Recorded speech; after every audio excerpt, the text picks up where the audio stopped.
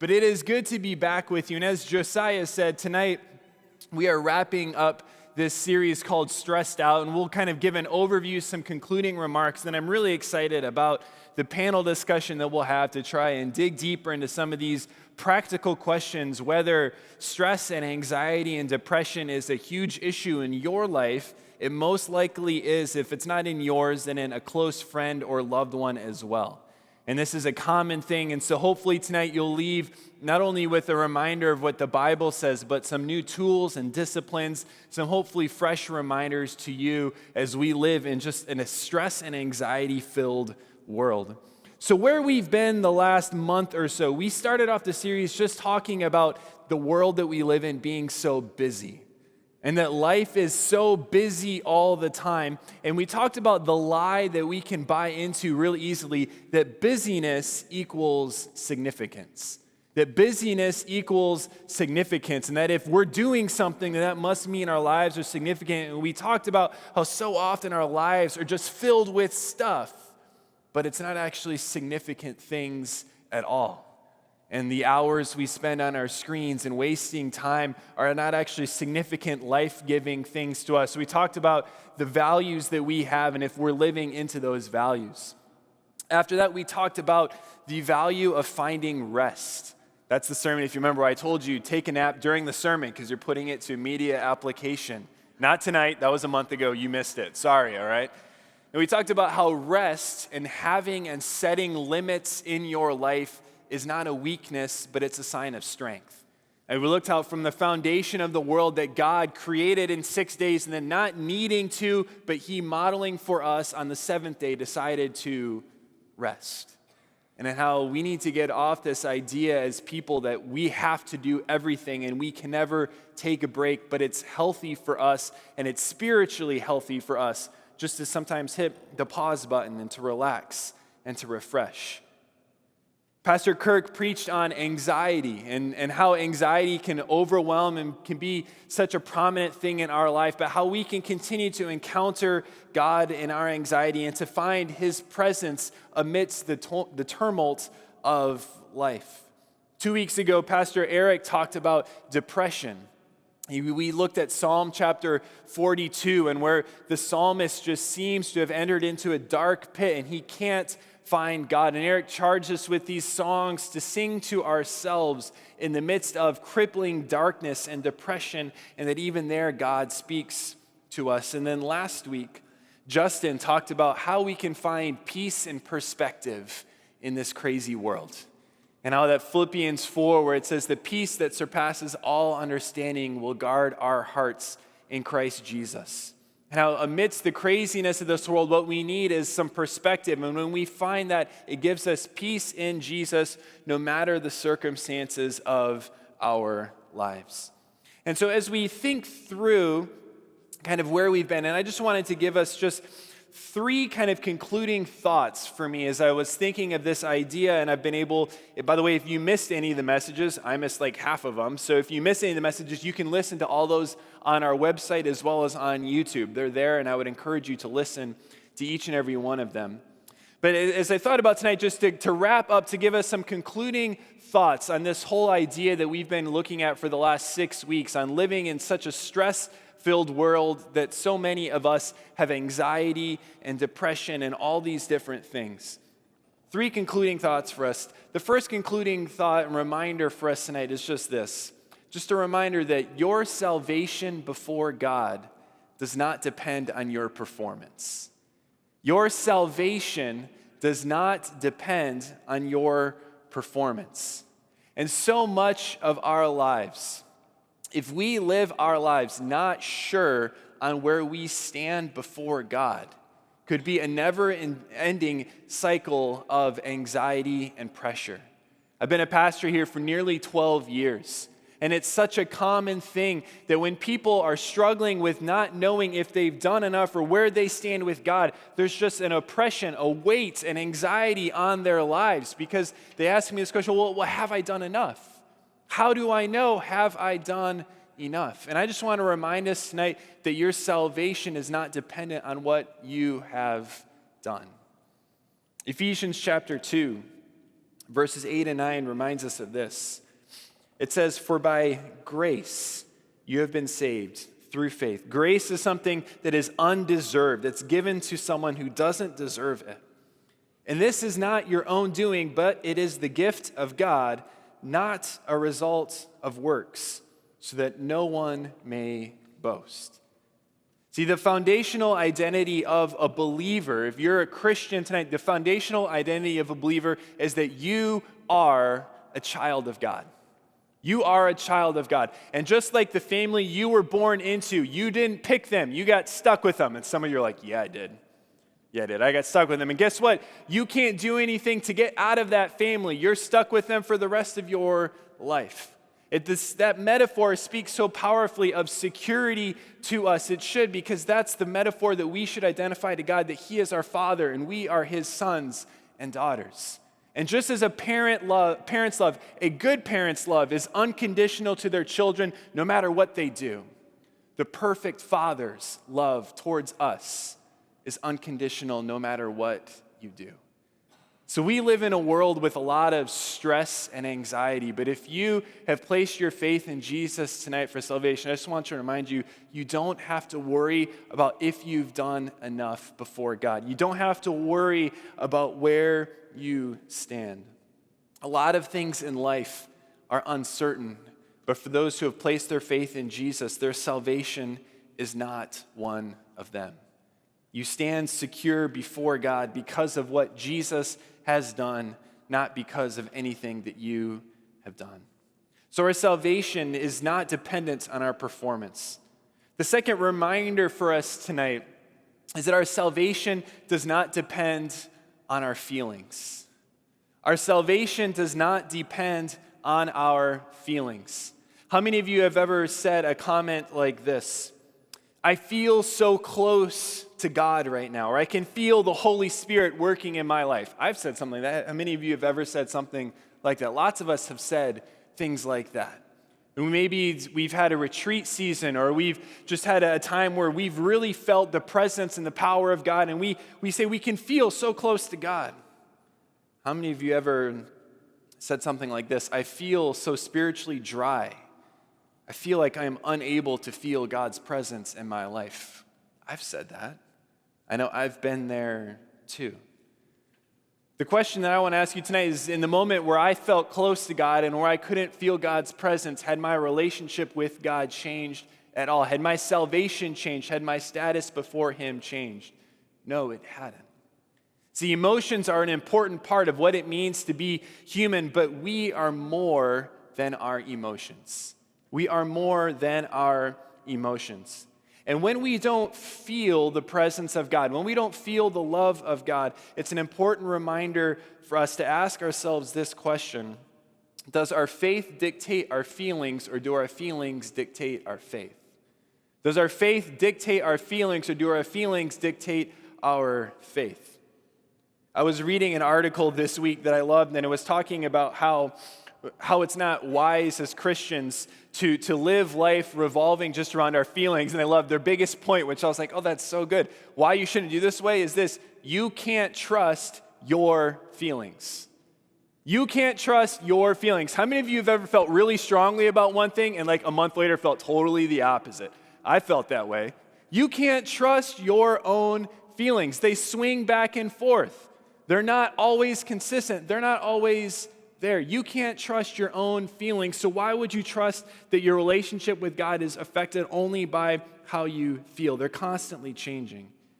Not only that, but because we live in a world affected by sin, it means our emotions and our feelings are affected by sin as well. And there will be times that we will not feel the love of God, and we will not feel things, but that doesn't change our status before God. We don't base our healthy relationships that we have in our lives, we don't base those relationships on feelings alone either. So let's not base our relationship with God on feelings alone as well. See, it can be true that you can be a follower of God and feel alone. You can feel abandoned. You can feel overwhelmed in life. There's sometimes Christians meaning really well give really bad advice, but it sounds good. And that can be the most damaging thing. And one of those things that I think Christians like to say sometimes, because it sounds good, but it's so harmful, is this. And I don't know if I've said it. If I have, I apologize. Hopefully I've never said it to any of you. But this, God will never give you more than you can handle. Have you ever heard that? I'm like, show me the passage and verse, please, because that's not the experience of my life. And that's not in the Bible. God will give you more than you alone can handle. There will be times in your life that the circumstances of life will overwhelm you. You can't handle it by yourself because those circumstances are meant to drive you to Him. And so if you're feeling overwhelmed, feeling abandoned, I just want to remind you of the promise in Psalms. Psalm chapter 23, a famous passage, well known. Psalmist says that even though I walk through the valley of the shadow of death, I will fear no evil. Why? For God is with me. God is with me. Oftentimes when we feel alone and abandoned by God, feel overwhelmed in this life, we may cry out to God and we want answers. God doesn't give us answers a lot of the time, but you know what God will always give? His presence with us. He won't always give you the answers that you want, but when you cry out for God and ask for Him to be with you, He will be there no matter what. Pastor Eric, when preaching on depression, quoted Charles Spurgeon. I found this quote this week, who struggled with depression for most of his life. He said this, "My faith rests not in what I am or shall be or feel or know, but in what Jesus is, in what Jesus has done, and in what Jesus is now doing for me." Our faith doesn't rest in our feelings, it rests on Jesus alone. The third thought that I had for us in conclusion is this, is that if you're a follower of Jesus tonight, if you're a Christian tonight, all of life is about growing in trust with God. All of life is about growing in trust with God. See, in Scripture, the words belief, faith, and trust all come from the same word. They all come from the same word, and if you think about it, they all have generally the same idea. But in our time, when we use these words, belief is an either-or thing. You either believe something or you don't. And so when our feelings are coming overwhelmed, when we're in the midst of stress and anxiety, it's hard to know, do I believe or not? And that can be such a struggle. It's hard to know, well, what does that question mean? And I found it very helpful. Years ago, I was challenged by a book that challenged me, think of every time you're struggling with something in your life. Think of this, am I trusting God with this right now? Not do I believe in God or not, but with this specific thing that God's given to me, am I trusting God? Yes, but still with this, because still with this. And every new day as we live is a new opportunity to grow in trust with God. And I don't know about you, but when I reflect on my life and a lot of the things that cause me stress and anxiety, it's because the things that I need to put my trust in God in, I try and control myself. The things that God says to trust in Him for, I try and hold on to myself. God says to trust Him with the future, and I go, yeah, but I have this perfect plan, and I want it to pull out this way. I want to do it like this. Those of you who have kids, God says, trust me with your kids, and you go, oh, that's really, really hard. Yes, it is. But God says to trust Him with your children. Your work stresses you out. God says, trust me with that. Experiencing the death of a loved one or an illness in your life that seemed to be unexpected could bring unexpected stress into our lives. And God says, yes, trust me even with this. See, to grow in trust with God, even through dark and difficult times, it's helpful for us to look back at what God has done in our lives already. I grew up and worked for actually over 20 years now, helping do camps over the summer. And I love going to camp, and I love being a counselor and helping program camps. And one of the things that was unique when I was a counselor at camp is you helped kids, you would do these exercises on how to build trust with other people. And the ultimate culmination, perhaps you've seen or been a part of these before, is a trust fall, where someone will stand on a platform about 7 or 8 feet tall, the people will line up behind and they'll catch them. Now here's the thing, that's not the first exercise that you do an hour into camp. That's not what you do because they don't even know the people's names catching them. But there was a specific set of things slowly to build up. You would walk around with someone, you would be blindfolded, and someone would guide you around where you couldn't see, building trust. You would stand in a circle with your body firm and allow the people to pass you around, and your weight would be kind of loose, but you could catch yourself if you needed, but they wouldn't drop you. Trust, ultimately building to greater trust. Look back on your life if you're a follower of Jesus. See where you've placed your trust in God and He's come through.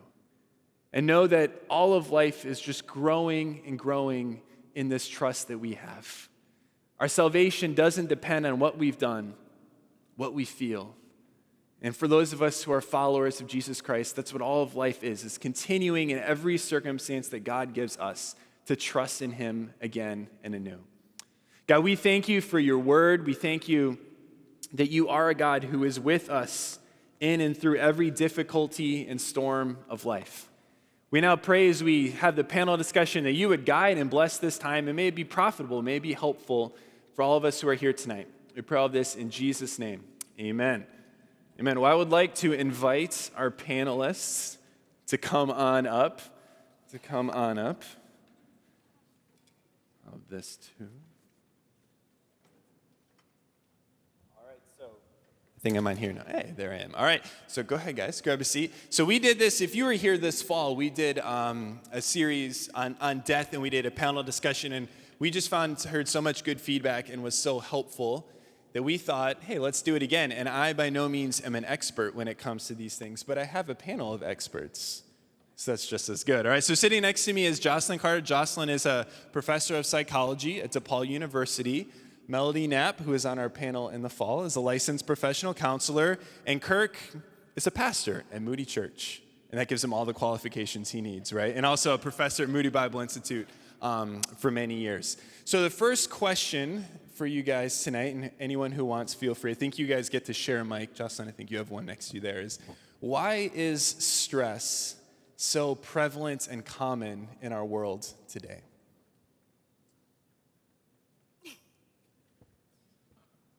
I'll jump it. It's on. Can you hear me?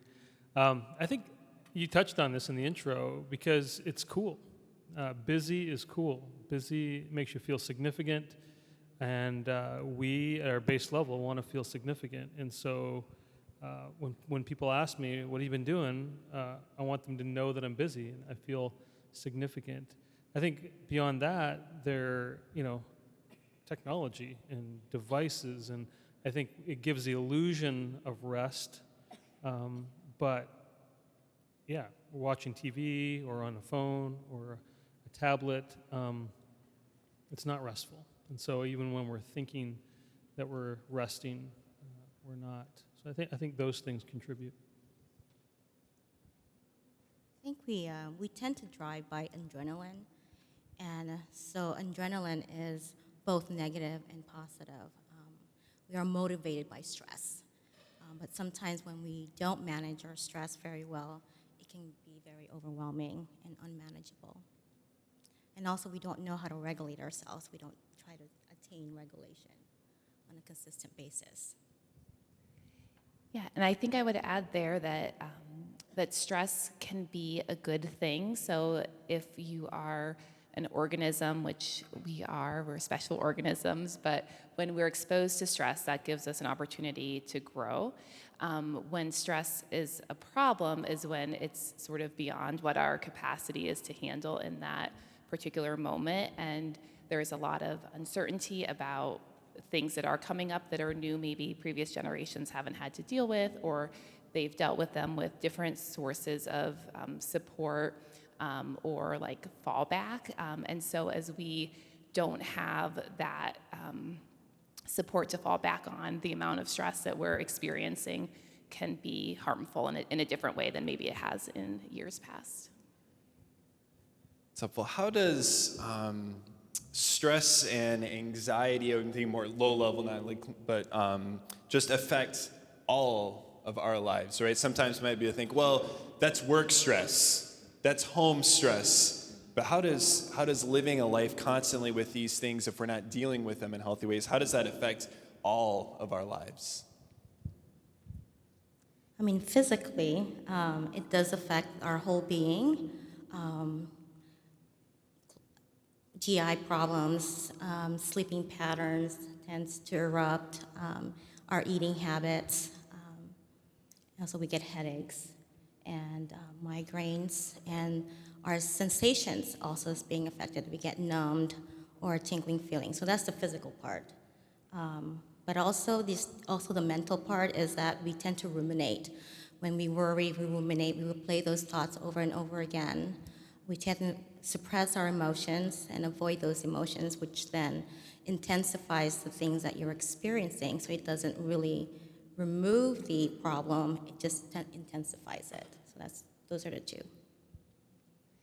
And I was going to say, similarly, stress just exhausts us, and if we're operating at a constant low level of stress, then we don't ever have the chance to recover, rebuild our bodies, rebuild our healthy habits. And so we can't handle the next big stressor that comes our way. So we don't get a chance to regroup, rebuild, and then respond in a healthier way when we're experiencing stress.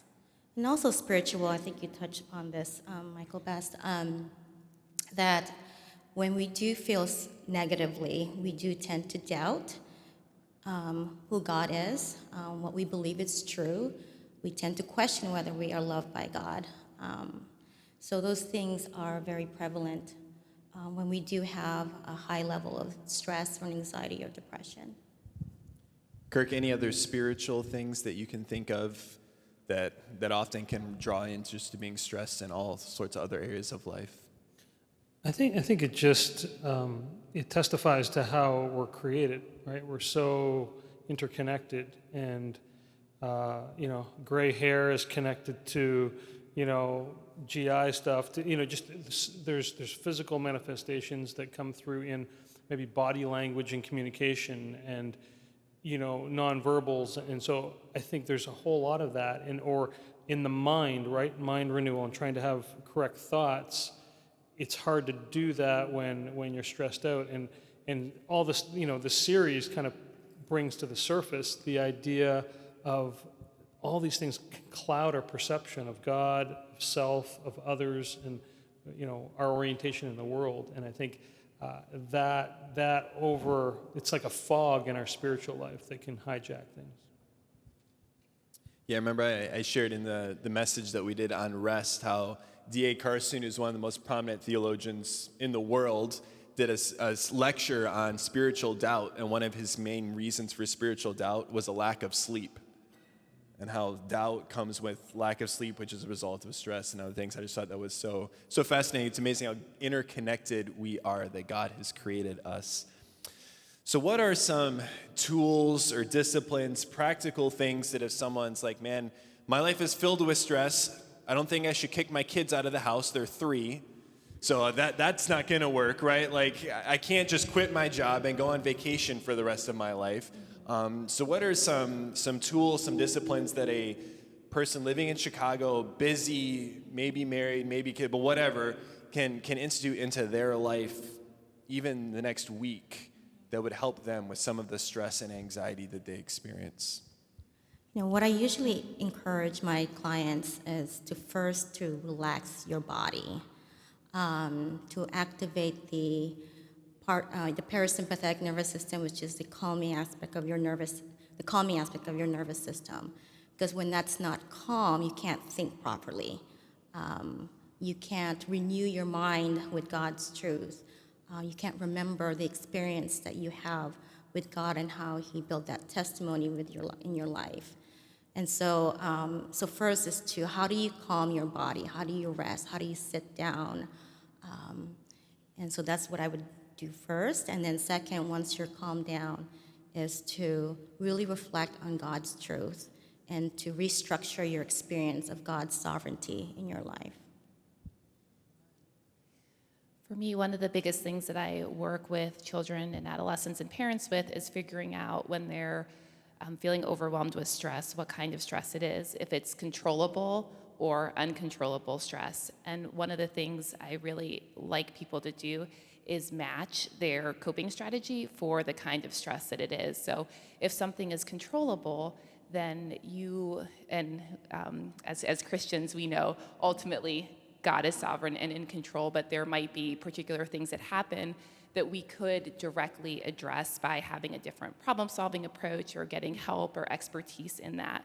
And then there are some things that we can't control. They're not, we can't get rid of our family members. So we have to approach handling that stress with a different way. And if we don't have the right match with our coping strategy, then it's not ever going to be effective. So I think that's important.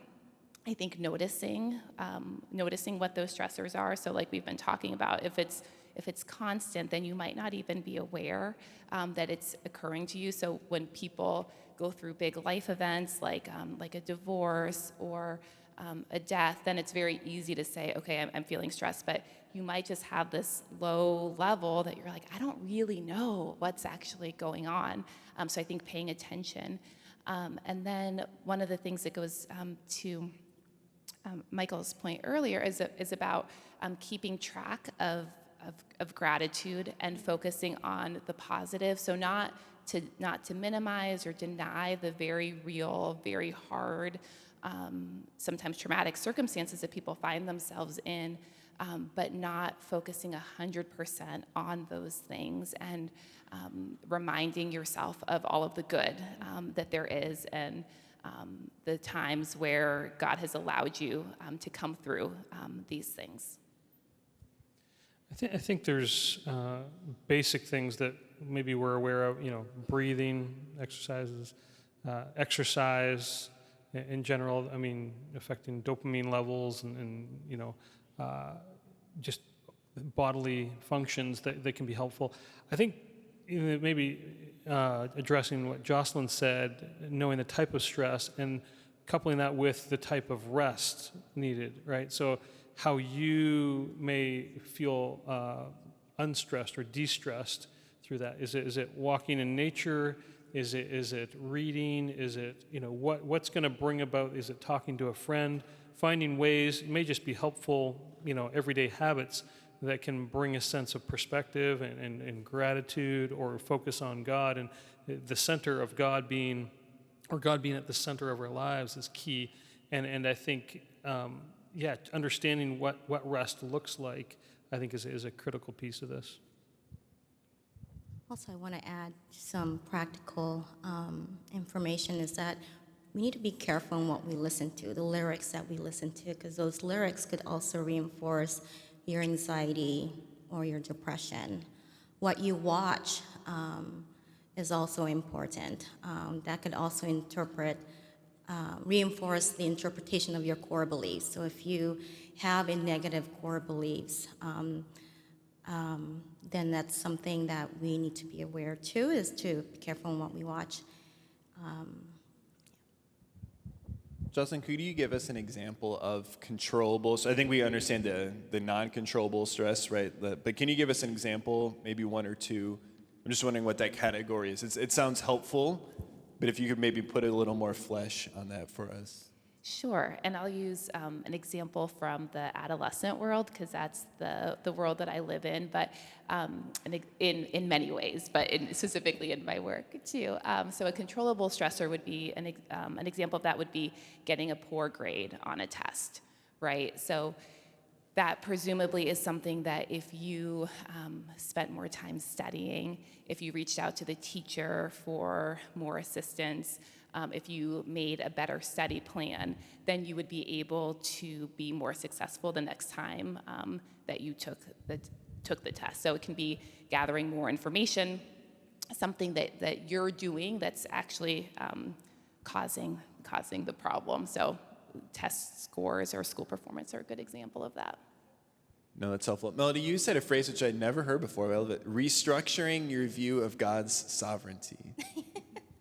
Can you tell us what that? Yeah, that just caught me. restructuring- That's such a cool phrase. I never heard it restructuring your phrased that way experience before. of the sovereignty Yeah. of God. Yeah. Well, it's based on my personal experience. A few years ago, I was in a 3-year desert journey, and coming from seminary, you would think that I would know what sovereignty means. Intellectually, I know, but my head and my heart wasn't connected to that, and so God was testing me. Do I really know what it means to believe God's sovereignty? And so I had to go through this 3-year journey where most of you have probably know that because I've shared a few of those experiences with you. But it was a 3-year of unanswered prayers, 3 years of depressive and anxiety symptoms, and so through that, I learned to be content and grateful. I'm still learning how to do that, but how do I be grateful and content in God's sovereignty when I'm not getting what I want or when I'm not getting what my desire is? And so, but after that 2 years, I asked him, how am I doing with this testing? And he said, you still have a lot to learn. But basically, he wanted me to learn, are you content with me? Am I enough for you? If I don't answer your prayers, am I enough? And so I had to learn that he has to be enough. And I think that's the main reason of what I understood about sovereignty of God. Is like, is he enough? Is he bigger than my worries, my concerns, with everything that I desire? No, thank Hopefully that you for makes sense. sharing. Yeah, no, thank you for that. In I think the world in general, and I think in the church somewhat as well, there's been a little more discussion, probably the last 10 years, on anxiety and depression and mental health and the importance that plays on our lives and just on everybody's life in general. But what is something that you would say that's often misunderstood about more serious anxiety and depression that people from the outside who haven't dealt with it either experientially or like many of you have in dealing with people who struggle with it ongoing? What's something that is often misunderstood about it? So most of the clients that comes in, their symptoms have already been intensified, and so they have nowhere to go, or they can't help themselves anymore. So I want to encourage everyone is that I think there is this concept of I could do it on my own. I can cope on my own. And the thing is that we are created relational human beings, and also if you're a Christian, we're made to fellowship among the body of Christ. And so what that means is that we could only get healed through God and through relationships. And so if you're living in isolation and avoiding everybody and avoiding everything, you're only intensifying your situations, your symptoms. It doesn't go away when we suppress it. It would eventually come out more intense, unexpectedly, and that's where everything could go awry. Yeah, and I think one of the biggest challenges in dealing with mental health problems is knowing when there actually is a problem. So we all experience times of sadness or worry and fear. A lot of people don't like public speaking, for example. But what's hard is then, since we all have that experience of some sadness, of assuming that when someone says that they're depressed and they're really struggling, that they'll be able to snap out of that on their own the same way we might experience like normal variation or fluctuation in our mood. And so knowing we're continuing to learn so much from science about underlying sort of biological, physiological contributions to mental illness. And so I think that giving permission for people to be healed from mental illness in the same way that we treat physical illness or other things is really important and powerful in the body of church. God's working through psychologists and psychiatrists the same way he's working through oncologists and other kinds of physicians. Also, there is also this concept of if I just be busy, then I'll be okay. So you're using distraction to another way of avoiding your problem, your symptoms, and the situations that you're in. And one more last thing is that I think individuals people have this concept that people who struggle with depression and anxiety are that they are weak Christians or they're lacking in faith. And if we believe that, then you would question yourself, like, am I being Job's friends? Because Job's friends did question Job. They didn't understand the context of what God is doing in his life. I think each individual has a book in of itself, and so we need to really understand the context of the individual before we say anything or before judging very quickly. So. I think come as a learner, I think, and not expect to understand, I think would be something to be aware of. And not just, well, I'll pray for you, even though prayer is good, or quote them scripture, even though doing that is helpful. It's not as simplistic as that. It is, and when you begin to see it as holistic, realize that there may be a whole team of people to address the issue, and to maybe think through your part in playing that. Am I a friend? Am I a counselor? Am I a pastor? Am I, how can I help and not hinder, I think is key. And ask them what is helpful, what is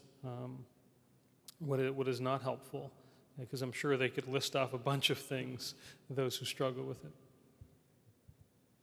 Melody, you hit on it a little bit, but love to hear more from you guys. And just this question, what would you say to someone, maybe even someone here tonight, who feels like they probably have at least some high anxiety? Maybe if they look up the symptoms of depression, they're seeing a lot of things like, yup, but they've never said anything to anyone. What would you say to that person? I think I've kind of mentioned this earlier, but you could only get healed through relationships. Whether if it's just your therapist or your counselor, at least start there first if you can't trust people in your life, and I get it. If you grew up in a family where your family members are not trustworthy, or you don't have friends who you could trust, but at least find someone, at least a therapist or a counselor or a pastor, to talk about those situations and learn to develop who are your safe people. There's a book by Henry Cloud and John Townsend that talks about safe people. I think that is a really good book to read in terms of how to identify those people that you could trust so that you could actually be part of the body of Christ and share the things that you are concerned about. And I don't want to speak for the pastors, but I believe from interactions that I've had with them that they are safe people, and that when there's a space for counseling and support from a pastor, but then if your symptoms need more, then I think that they are also really good at helping connect to different resources for therapy from Christian counselors or from other organizations known in the church. So I think it's good to at least reach out to a pastor if you're thinking that you don't have anyone else in your life right now that cares. They care. We care. I think the thing that is most helpful is someone to sit down with a therapist or a pastor or a doctor to say that you're not abnormal, right? Like to bring some validation to what you're experiencing. Okay, I get it. We're walking with you through that, because I think you can go for so long just thinking like I'm alone, I'm by myself, this isn't happening to anybody else, I don't know how to deal with it. So to have somebody who can step in and to kind of say, yep, that right there, this is what it is, and help you identify it and talk you through it, I think is critical. And I think connecting with a clinical therapist, with a doctor, with a pastor, we can all be part of the team on that. So if anxiety and depression isn't something that we personally have struggled with, chances are that each of us here tonight know someone, whether that's a family member or a friend, who is or who has. So kind of a two-part question: what can we do to help support them? And then I think sometimes for those who haven't experienced kind of the symptoms of it, it's what not to do. Because sometimes I think there's a fear that if we do something, we're just going to say something stupid, and we don't want to make it even worse, and so we just run back and we don't say anything or do anything. So how can we help proactively, and then maybe is there anything that we should make sure to avoid as we try and support those in our lives who are struggling and working through some of these things? It's really important to be trusting and trustworthy. What I mean by that is allow an atmosphere of where the individual could be vulnerable, and that vulnerability is protected and nurtured. And if you're not that person, you're gonna have to be honest with yourself. I mean, it is hard to listen to people who are struggling because we are not taught in how to deal with that, so it can be very overwhelming. And that is something that you will have to work on yourself. And also be humble enough to say to yourself, like, I really do not know how to go about this, but I'm your friend and I wanna be here. Maybe you could have to direct me in how to help you here. Okay, so the way I always think about it is getting comfortable with being uncomfortable. So a lot of times we don't like to listen and sit with people who are in pain because that makes us feel uncomfortable too. But taking that time to do that, I think, is really important. And I think it's also a thing not to do, I would say, is to tell people that you understand if you really don't understand. So I think comparing stories or saying like, oh, this is like when this happened to me, may be helpful at some point, but usually not at the beginning, not when they're in the midst of something, because it can minimize and also sort of put the attention back on you, and it can be an attempt to build relationship and support, but really focusing on what that person and how they're experiencing what they're going through at the moment, I think, is most helpful. And being uncomfortable with the emotions, we tend to want to fix it.